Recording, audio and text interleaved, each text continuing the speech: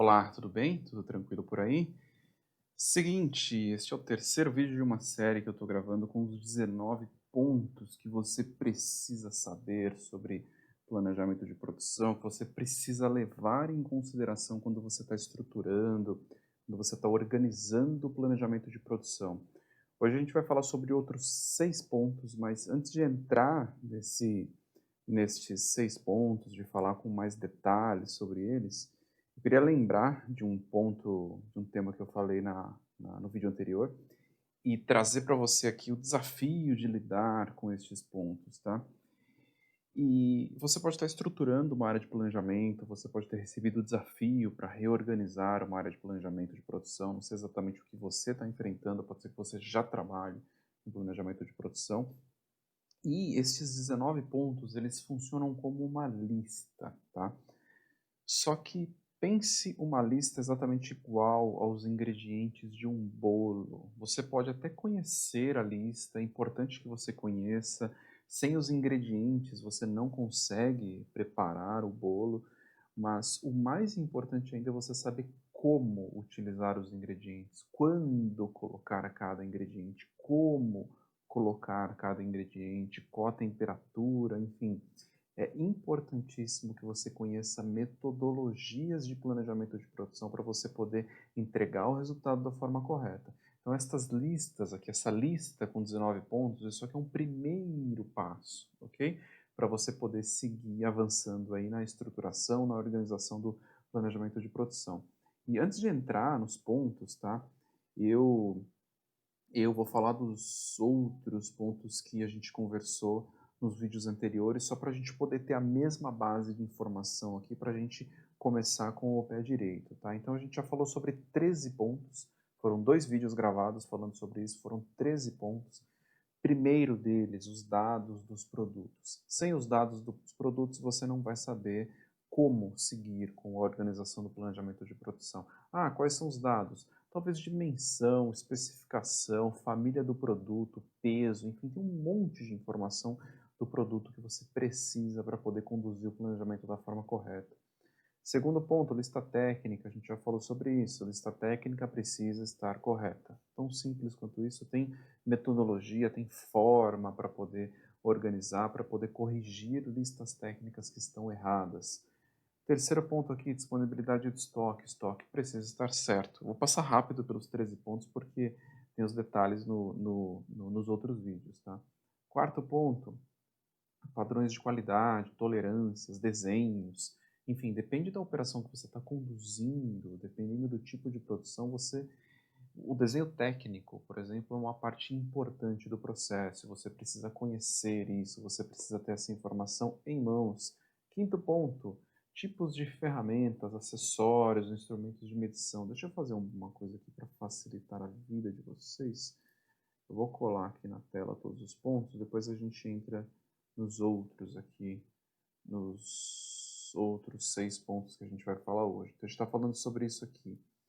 Sexto ponto, tempos padrões de cada operação. É evidente que você precisa ter essa informação e trabalhar ela da forma correta. Sétimo ponto, capacidade de produção. Você precisa conhecer capacidade de produção. Oitavo ponto, ocupação da capacidade de produção. Para quando você vai prometer a entrega de um item? Você tem que conhecer a ocupação da capacidade de produção para saber o que você vai fazer com o pedido que você recebeu, como você vai prometer esse pedido. Nono ponto, lotes econômicos. Não vou entrar no detalhe, tem muita coisa crítica relacionada aos lotes de produção que você precisa conhecer. E você precisa desta informação para poder tomar as decisões no processo de planejamento. Décimo ponto, análise das particularidades do trabalho. Ah, o que é isso? Pense num processo que depende de um soldador. Soldar é algo especializado. Você precisa de mão de obra especializada. Conhecer estas particularidades é fundamental para você não errar no dimensionamento de capacidade, por exemplo, tá?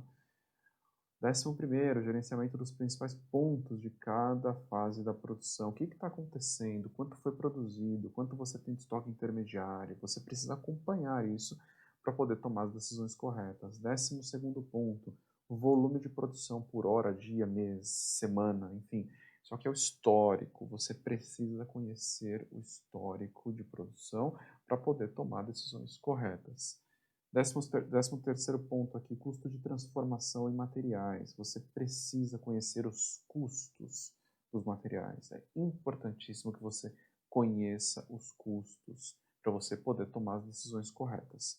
Como eu falei nos outros vídeos, tem vários detalhes sobre isso, e aqui a gente vai entrar com detalhe nos outros pontos aqui, estes 6. Deixa eu apagar essa parte. Vamos entrar nos 6 pontos aqui, que são críticos também, importantíssimos que você conheça. Então, primeiro deles aqui, taxa de obsolescência e perdas no processo. Deixa eu ver se está marcando aqui. Ah, está marcando sim. Então, taxa de obsolescência e perdas no processo. Qual o grande ponto aqui, tá? Tem 2 pontos críticos que são negligenciados aqui pelas empresas, ok? Se um produto tem alto risco de entrar em obsolescência, qual a razão para colocar esse produto em máquina? Qual a razão para iniciar uma produção? Eu já vi, tá, empresas produzindo lotes enormes para melhorar a eficiência da operação e aumentando muito a obsolescência de estoque. E a informação da obsolescência, ela precisa permear todo o processo de planejamento. Você precisa ter essa informação em mãos para poder tomar decisões corretas. Se você não tiver informação de obsolescência em mãos, ou risco de obsolescência, você vai tomar a decisão errada e vai colocar um material em estoque que depois ele vai se tornar obsoleto. E qual o grande problema aqui, tá? Tem várias empresas, tá? Grandes empresas principalmente, que elas têm um processo contábil organizado. Ah, o que é isso? Oficialmente, a obsolescência é reportada como perda, tem um provisionamento. Então, se o produto ele tem... vou exemplificar valores aqui, não é exatamente isso, tá? Depende do mercado, enfim, tem vários critérios aí que você precisa levar em consideração para poder falar sobre obsolescência. Mas pode ser que itens com coberturas de estoque acima de 90 dias sejam provisionados, ou seja, eles são considerados itens perdidos ou parcialmente perdidos. Isso impacta negativamente o resultado da empresa. É importante que você entenda isso quando você está fazendo o planejamento, ok? Se você quiser entrar em detalhes sobre obsolescência de estoque, acompanhe a série Mestre dos Estoques. No momento que eu estou gravando este vídeo, tem 11 aulas, tá? De 1 hora cada, que estão disponíveis aí no YouTube. Acompanhe a série se você quiser entrar no detalhe de obsolescência de estoque. Tem um monte de coisa sendo falada, não lembro exatamente em qual aula. Recomendo que você assista todas as aulas. Perdas durante o processo, ponto super crítico também, você precisa entender quanto você está perdendo em cada um dos produtos, em cada equipamento, o que está acontecendo com o seu processo produtivo. Importante que você entenda isso, que você tenha o controle do que está acontecendo ao longo do processo. Outra informação importante. E 15º aqui, custos de estoque e avaliação do capital alocado. Super crítico, super importante. Essa informação aqui ela é importantíssima no processo de planejamento, tá? Principalmente quando a gente fala do plano de médio prazo, quando a gente está olhando 3 meses, 6 meses ou 12 meses. Esse tema aqui, só fazendo um parênteses, ele também está super profundo na série Mestre dos Estoques. Se você quiser entrar com profundidade, entender custo de estoque, avaliação do capital alocado, entender tipos de estoque que você pode construir numa operação, você pode acessar a Mestre dos Estoques, que tem um monte de informação importantíssima lá para você.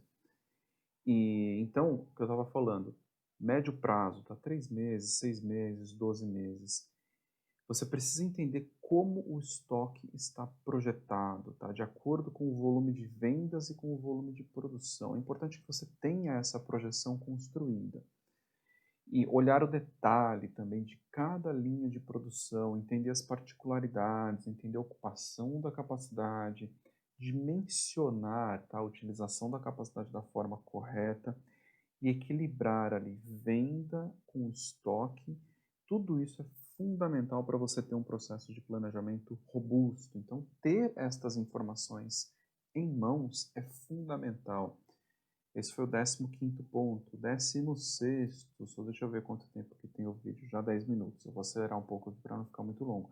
16º aqui, acompanhamento dos pedidos em mãos e avaliação do cumprimento das datas de entrega. Super crítico, super crítico. É impressionante como essa informação ainda é negligenciada em várias empresas, tá? A gente fala sobre capacidade de produção e ocupação da capacidade de produção nos vídeos anteriores, tem detalhes sobre isso, então capacidade, ocupação da capacidade. Estas duas informações, elas precisam andar juntas com a carteira de pedidos. Importantíssimo você saber quando você vai ter disponibilidade na produção para poder encaixar um pedido novo que está chegando.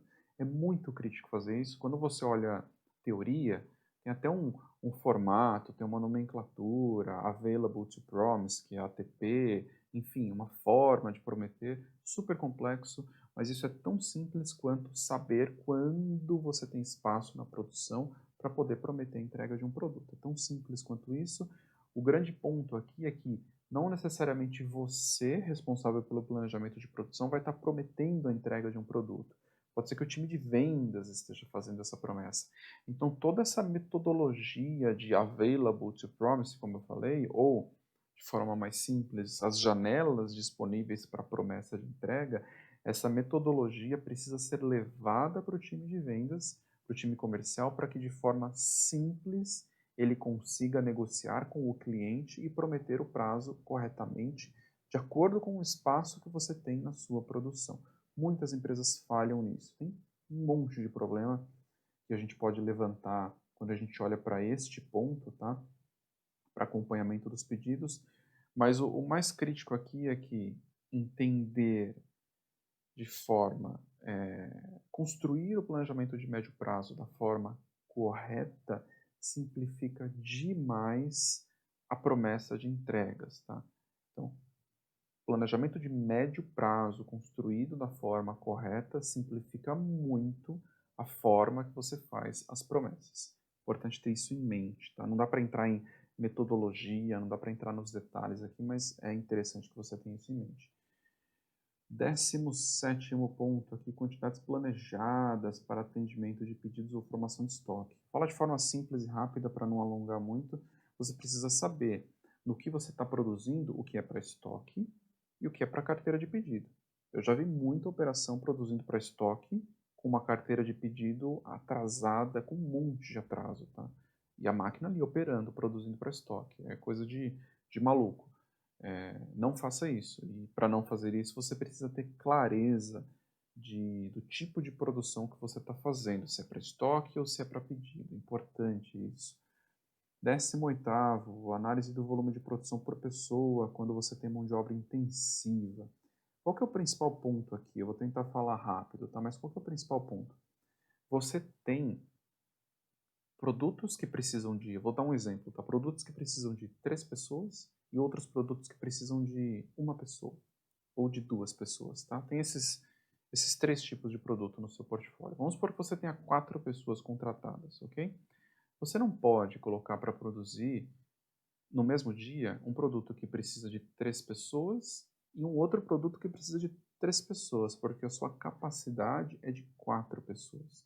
Não dá para precisar de 6 pessoas para você operar aquela produção. Então, na sua projeção, você precisa olhar capacidade de mão de obra. Estas informações são importantíssimas para você conduzir o planejamento da forma correta.